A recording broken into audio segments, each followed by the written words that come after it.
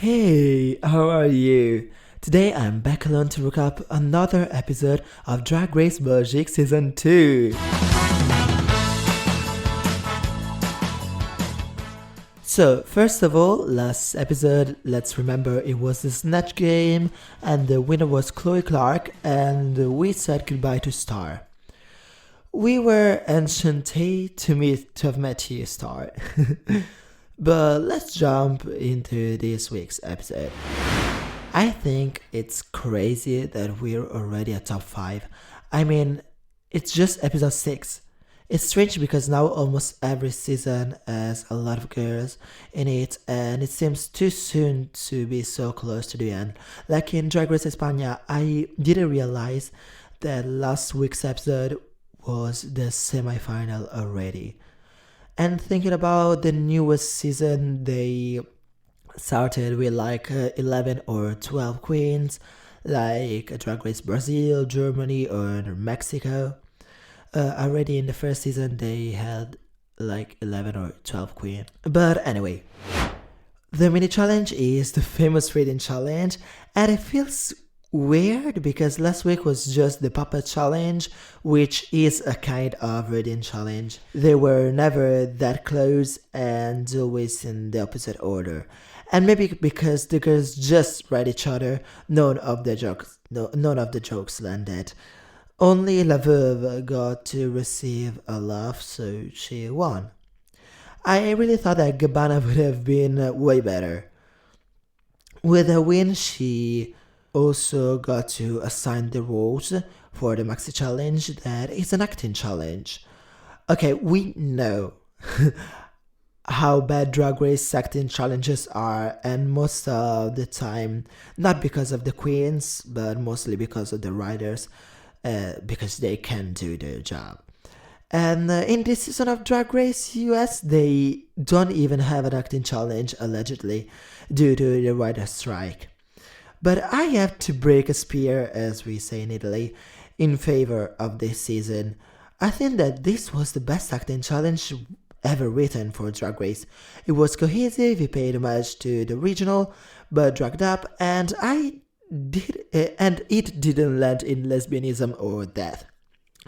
So, the acting challenge is a drag parody of Murder on the Orient Express by Agatha Christie. It's funny that I was talking to a friend about the book last week, and then they previewed this episode. I really like the book and the film they've made, even though I hate the ending. I think that they should have gone behind bars, but that's another story actually. The plot is very similar though. The Countess finds her precious wig made of Cleopatra's hair destroyed and asks Poirot to solve the mystery of who did that.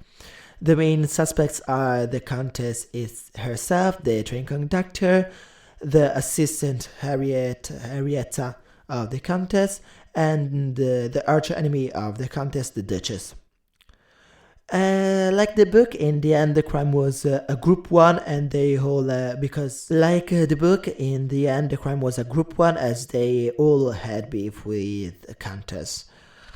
As I said, La Veuve had to assign the roles and decided to try and give everyone a role they wanted, but it didn't turn out well because everyone wanted either the Countess or the Duchess, and no one wanted the conductor, as it had the fewest lines. In the end, the roles were assigned as follows: La Veuve took Poirot, Alvilda the Countess, Chloe Henrietta, Gabbana the Duchess, and Lulu the conductor. They had to the set that was really well designed. Like, it was a proper set. It was that they were going to have just 2 chairs and a green screen, but it was actually very well decorated. And start acting. We see that Chloe Clark struggles a lot due to the language barrier, and even Gabbana can say the word suspect. I wouldn't either, it's so hard. But otherwise, the shootings go nicely. The next day, they're getting ready and talk a little about dating. We have had a lot of workroom moments about dating as a drag queen. It's very complicated and everything. And Lily said something that shocked her fellow castmates. She could go a whole year without sex. That's impressive. I barely can get through a whole month without having sex at least once.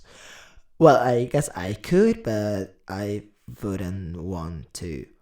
And Alvilda said that it was through hookups and dating apps that she discovered what she liked in a relationship and in sex. And I really find myself in those words, actually. But let's talk about runways now. The theme was saxophone. Yeah, you heard it right. A saxophone inspired runway. That was not a good theme, but the girls did try their best, I think. First of all, I didn't know that saxophone was even from Belgium, and apparently even Poirot is from Belgium. Drag Race, Education and Entertainment. And the first one is Lulu Velvet. I love the contrast between the blue velvet and the leopard print. I wish more girls would do it because it was stunning. Well, not from this season, but in general. I didn't recognize the saxophone right away. It was strangely shaped. Next one was Gabbana, and I like this look a lot. It was she was floating on the runway. I saw some videos of a folk Eastern European dance where women in big dresses walk in really fast and small steps to achieve this effect, and it's awesome. The dress itself was really cool, and the presentation was funny. The judges critiqued the bad nude illusion, but I don't think that she wanted to give a nude illusion, actually.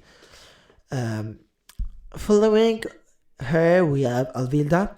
This dress was everything. I loved the stylized saxophone and the color of their bodysuit. Lvov is up next, and her dress wasn't it. I agree with Musty that the instruments were in the back could have been bigger, but I'd say that even the front of the skirt could have been longer. Last one was Chloe Clark, and even her look I didn't like that much. It wasn't very balanced, and this, in my opinion, was a bad nude illusion. Overall, the runway was good, and I think it was the best possible given the theme. Then we see the final product of the challenge, and again, I don't think that was that bad. In the end, I didn't even notice that the conductor had few lines, and it wasn't all that funny. But I think that they all performed very well. It was clear that Chloe was the worst one, but I got their performance choices. Her character was a bit shy and a bit confused, and maybe they were expecting something else, something different from that character in particular. But I don't think that she was as bad as the judges said. In the end, Lvov won, even though I would have given the win to Alvilda, getting her status as a frontrunner restored. With Alvilda in the high placement, I was thinking that now Alvilda has a track record that is high, win, high, putting her as the best frontrunner. Gabbana was safe, and Lulu and Chloe had to lip sync. The weird judging was so random that even Lvov could have been in the bottom with Chloe if they wanted to. The lip sync song is again in English, and listen, I love me a Pink song for a lip sync, but this was so plain and boring. Thanks to the editing department for the special effect, because I was falling asleep.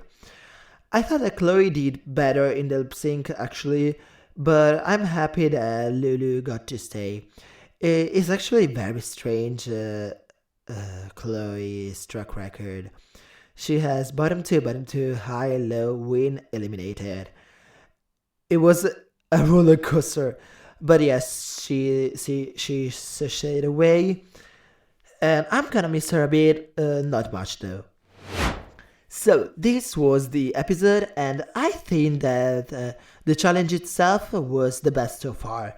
The judging remains meh, and the runway team was bad. But this episode gave me hope, but this episode gave me hope after all. I'm giving it 6 points out of 10 for encouragement. Next week is the semi-final, and it's makeover challenge. Surely I'm gonna keep an eye on Lulu and Alvilda, but I fear for Gabbana Levu. Well, until next week, you can follow me on Instagram, Thread, X, and TikTok at _Andre_DI_PI, or here wherever you're listening this podcast, in order to remain updated with this and my other podcasts. Thank you and bye!